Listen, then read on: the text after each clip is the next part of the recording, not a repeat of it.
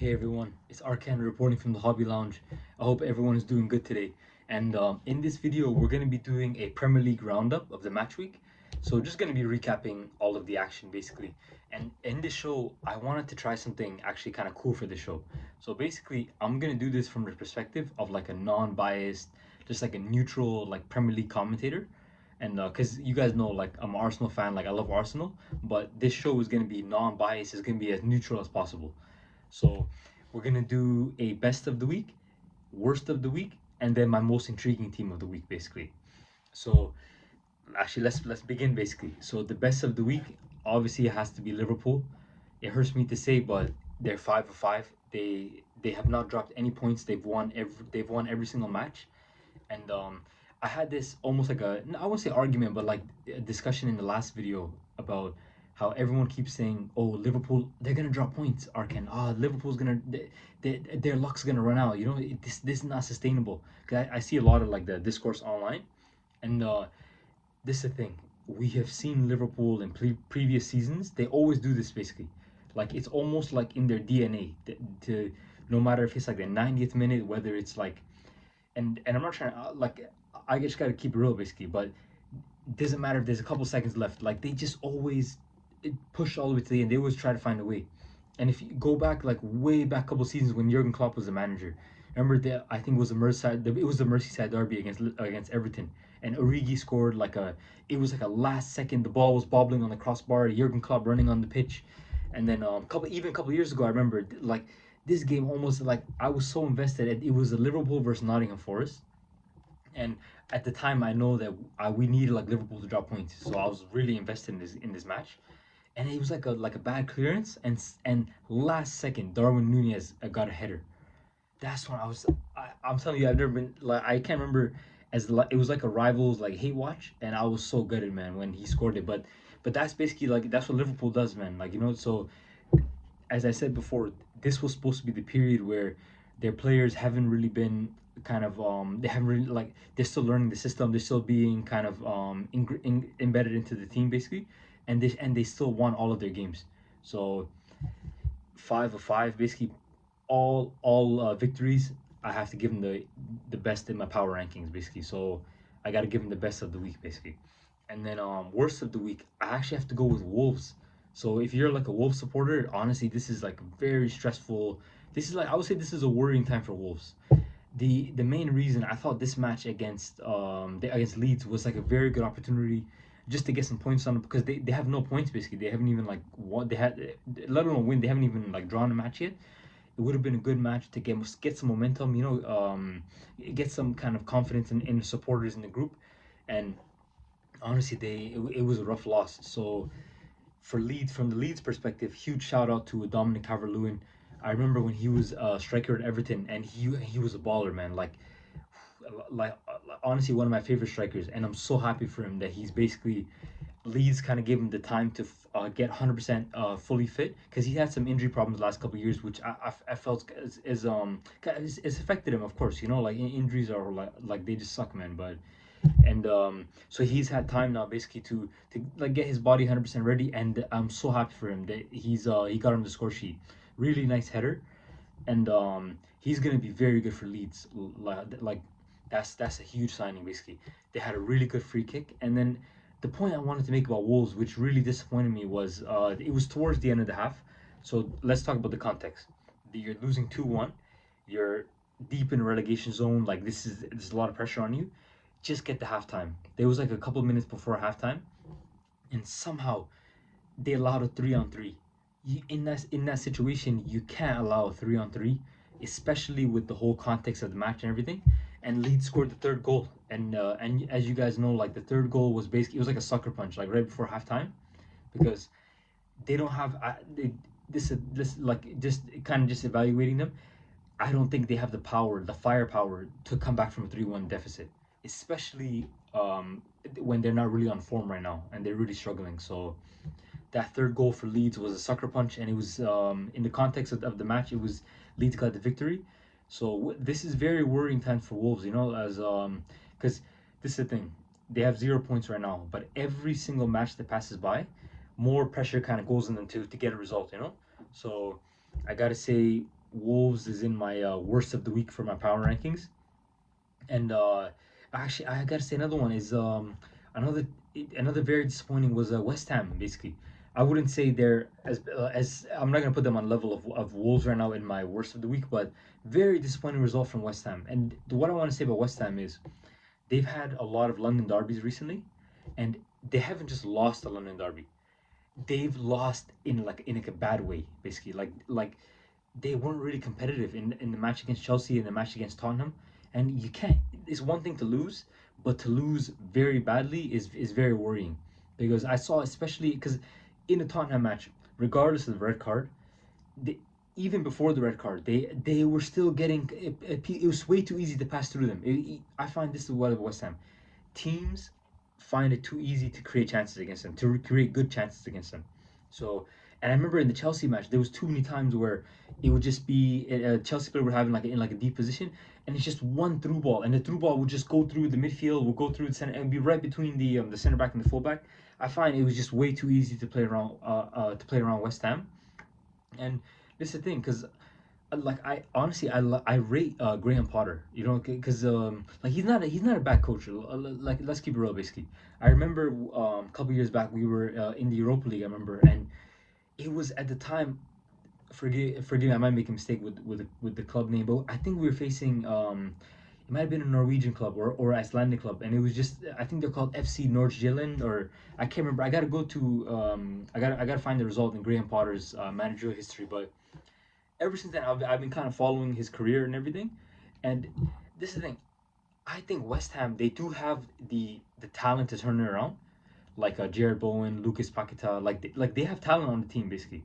But it's just oh man, like they gotta really fix they gotta fix their defensive structure. I would say so. This is very worrying times for West Ham. It's I honestly like I remember the Chelsea match. I thought they'd be competitive. The Tottenham match, I thought they'd be competitive as well. But they did not look good in either of them. And yeah, they keep honestly the London derbies were a couple weeks back, but they keep losing. You know, and they're another team now. Basically, they as more matches go on, more pressure goes on Graham Potter, and it gets even more difficult to get a result. You know, so I would say yeah. So my worst of the week, I have to say Wolves, but I also got to mention West Ham. So it's looking shaky for West Ham right now. And actually, so for my most intriguing team of the week, I'm gonna give it to Everton. Even though Everton lost, I saw so many positives in the match. Basically, in just how they reacted in periods of the match when they did find possession, how they found ways to pin Liverpool back. Because honestly, like guys, like if you watch that match, there was times when they had Liverpool pinned back and they were really attacking them, and they had some sustained pressure. So, honestly, I rate David Moyes very highly. He's honestly, from when he was like manager of Everton way back in the 2000s and everything. He's excellent manager, honestly, David Moyes. And I remember he made a point after the match, basically just to be honest and like the quality of Liverpool. This is the thing. Liverpool has so much quality. Like every position on that pitch, defense, midfield, their forwards, like they have so much quality. It's very tough to compete against that quality, basically. And listen, actually, no, I'll rephrase that.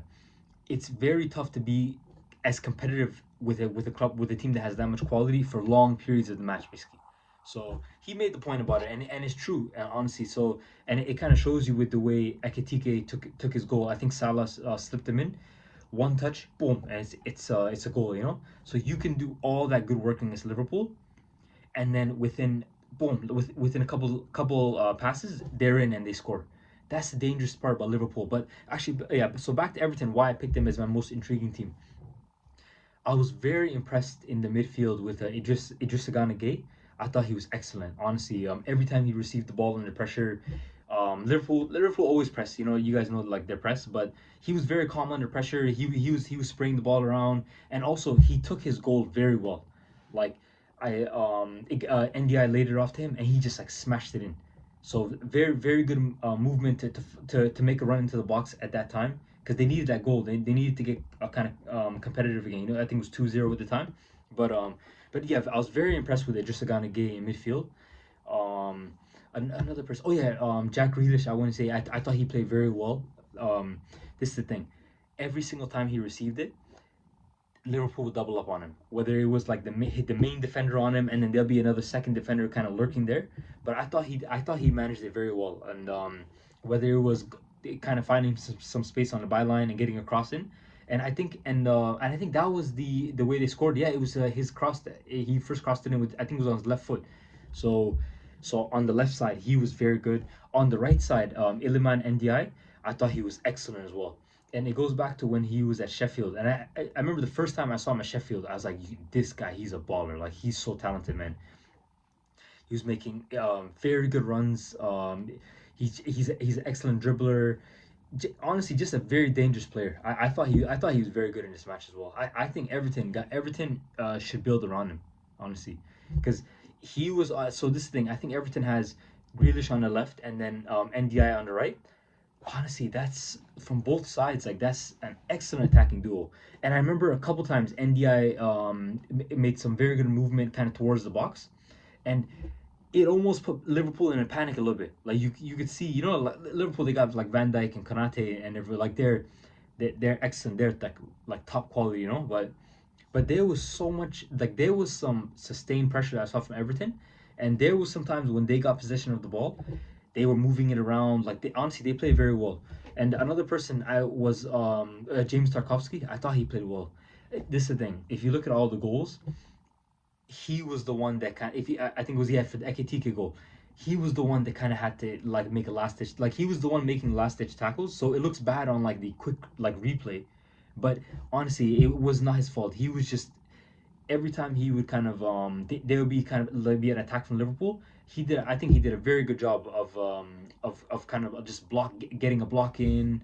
So, and honestly, he played very well regardless of the score. So I gotta say, huge. Honestly, Everton is my most intriguing team of the week. I thought they played very well. So yeah, those would be the three. I would say Idrissa Gana Gueye in midfield, Iliman Ndiaye on the right wing, and Jack Grealish on the left wing. I thought they were very dangerous. So watch out for Everton, man. Like, facing Everton with David Moyes now it was always hard, but it's gonna be rough. Like, they're a very good team to watch, basically. And oh yeah, to kind of round it up, I'll speak briefly about our match. I gotta say, huge love to Gabriel Martinelli. I thought he was like, that goal he scored was just unbelievable. The chip over Donnarumma, and then, guys, go back and watch the pass from Eze, the assist from Eze. Unbelievable assist.